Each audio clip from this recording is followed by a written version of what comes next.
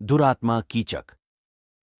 द्रौपदी के साथ पांडव वनवास के अंतिम वर्ष अज्ञातवास के समय में वेश तथा नाम बदलकर राजा विराट के यहां रहते थे।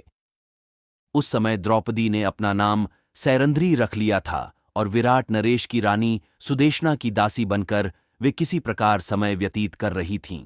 परस्त्री में आसक्ति मृत्यु का कारण होती है। राजा विराट का प्रधान सेनापति कीचक सुदेशना का भाई था।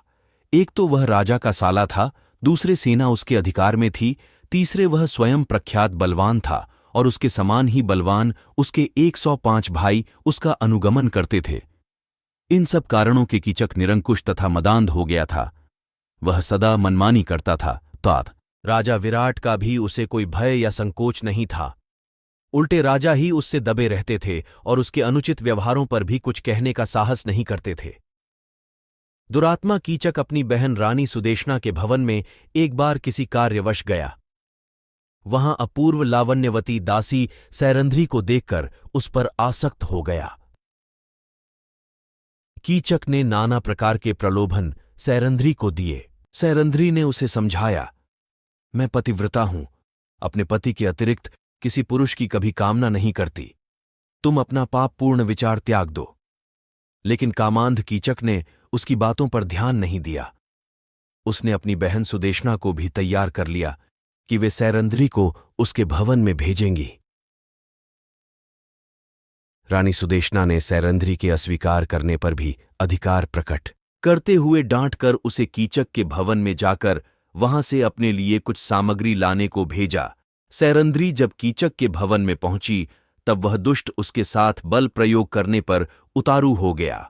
उसे धक्का देकर वह भागी और राजसभा में पहुंची, परंतु कीचक ने वहां पहुंचकर राजा विराट के सामने ही उसके केश पकड़कर भूमि पर पटक दिया और पैर की एक ठोकर लगा दी। राजा विराट कुछ भी बोलने का साहस न कर सके। सैरंध्री बनी द्रौपदी ने देख लिया कि इस दुरात्मा से विराट उसकी रक्षा नहीं कर सकते। कीचक और भी धृष्ट हो गया। अंत में व्याकुल होकर रात्रि में द्रौपदी भीमसेन के पास गई और रोकर उसने भीमसेन से अपनी व्यथा कही।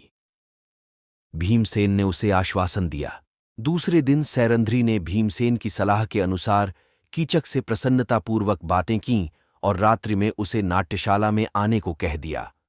राजा विराट की नाट्यशाला अंतपुर की कन्याओं के नृत्य एवं संगीत सीखने में काम आती थी। वहां दिन में कन्याएं गान विद्या का अभ्यास करती थीं, किंतु रात्रि में वह सूनी रहती थी। कन्याओं के विश्राम के लिए उसमें एक पलंग पड़ा था। रात्रि का अंधकार हो जाने पर भीमसेन चुपचाप आकर नाट्यशाला के उस पलंग पर सो गए। कामांध कीचक सज धज कर वहां आया और अंधेरे में पलंग पर बैठकर भीमसेन को सैरंध्री समझकर उसके ऊपर उसने हाथ रखा। उछलकर भीमसेन ने उसे नीचे पटक दिया और वे उस दुरात्मा की छाती पर चढ़ बैठे। कीचक बहुत बलवान था। भीमसेन से वह भिड़ गया। दोनों में मल्लयुद्ध होने लगा, किंतु भीमसेन ने उसे शीघ्र ही पछाड़ दिया और उसका गला घोंटकर उसे मार डाला। फिर उसका मस्तक तथा हाथ पैर इतने जोर से दबा दिए कि सब धड़ के भीतर घुस गए। कीचक का शरीर एक डरावना लोथड़ा बन गया।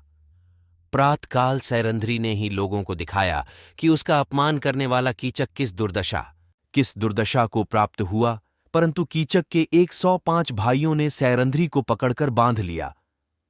वे उसे कीचक के शव के साथ चिता में जला देने के उद्देश्य से श्मशान ले गए। सैरंध्री क्रंदन करती जा रही थी। उसका विलाप सुनकर भीमसेन नगर का परकोटा कूदकर श्मशान पहुंचे। उन्होंने एक वृक्ष उखाड़कर कंधे पर रख लिया और उसी से कीचक के सभी भाइयों को यमलोक भेज दिया। सैरंध्री के बंधन उन्होंने काट दिए। अपनी कामासक्ति के कारण दुरात्मा कीचक मारा गया और पापी भाई का पक्ष लेने के कारण उसके 105 भाई भी बुरी मौत मारे गए। कहानी अच्छी लगी हो तो चैनल को सब्सक्राइब करें और फेसबुक पर फॉलो करें। एक लाइक जरूर करें।